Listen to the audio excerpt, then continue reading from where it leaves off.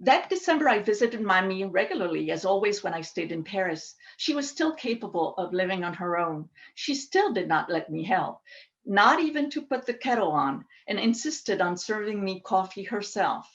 A small, frail woman who ate like a bird, she, like Jewish grandmas the world over, considered it her mission to feed others. She never failed to set on the glass coffee table in front of me a plate of cookies and other treats that I barely touched.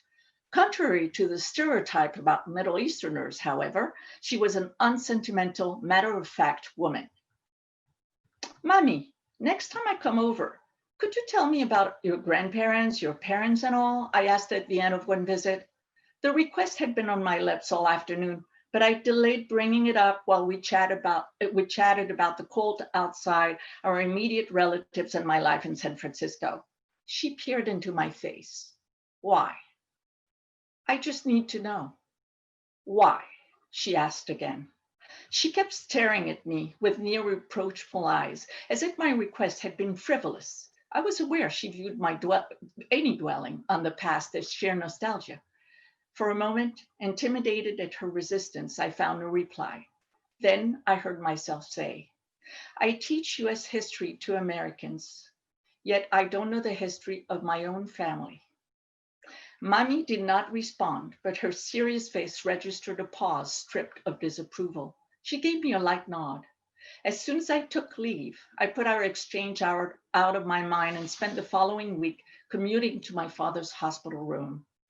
When I next rang my grandmother's doorbell, I heard the familiar shuffle of slippers and the snap of locks before she ushered me in. We exchanged a light kiss on each cheek, and I followed her into the L-shaped hallway. On all other visits, she'd first enter the tiny kitchen to her left to put water on for hot drinks, then invite me onto her living room couch. This time, she stopped in front of the secrétaire to the right. She opened it up, retrieved a pile of manila envelopes, and put them on the nearby table.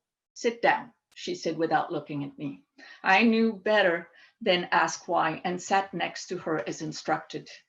Here. She slid a bunch of old photographs from the top envelope and put one in between us on the wood surface. It showed a man of indistinguishable age dressed in formal garb. This was my father, Sauveur Kisraoui. He was a rabbi and the director of a rabbinical school in Tunis. I was floored. So excited, I held my breath as she pursued.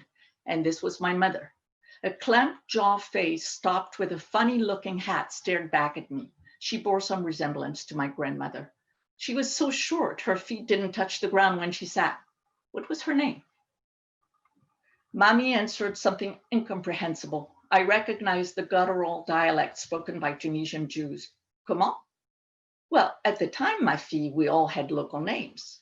I gave her a puzzled look. After the French arrived in the country in the late 19th century, they offered the Jews citizenship. That's how we got French names.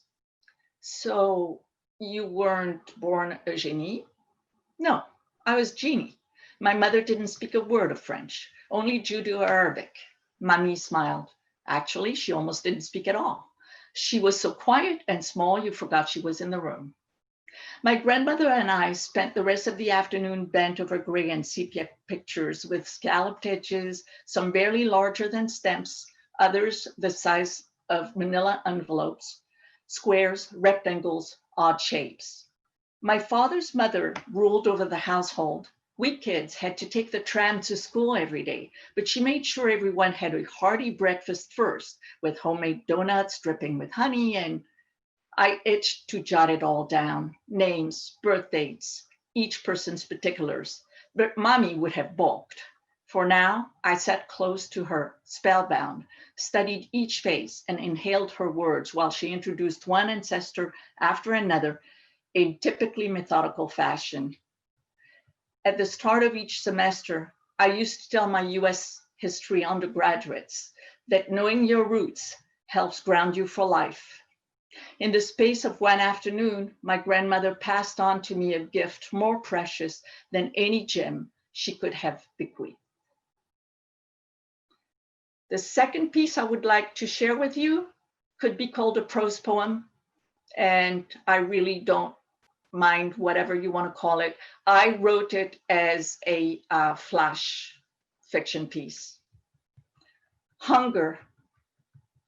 On the streets of El Vedado, my guts ache from emptiness. The Cuban sun scorches my naked arms. I walk beside Aunt Julia on the split cement that catches the tip of my sandals. For so many blocks, I stop counting before we reach a tienda, a store as vast as a warehouse and as desolate. A sad-looking man with a drooping mustache slouches behind the counter. And Julia asks if he's got eggs to sell. He gestures to the bareness around him. I have nada, except vermicelli. My eyes fall upon plastic bags filled with threads of yellow dough, piles of them everywhere, behind him, all over the floor. And Julia asks when he might get eggs. Mañana, perhaps, he shrugs. Today, only vermicelli. We turn around and walk all the way back to her house. I feel faint, not just because time has passed and we've been walking in the heat with no food in our bellies, but because I know there's nothing to look forward to, nothing in Julia's cupboards, in her refrigerator that will satiate me. Nada de nada.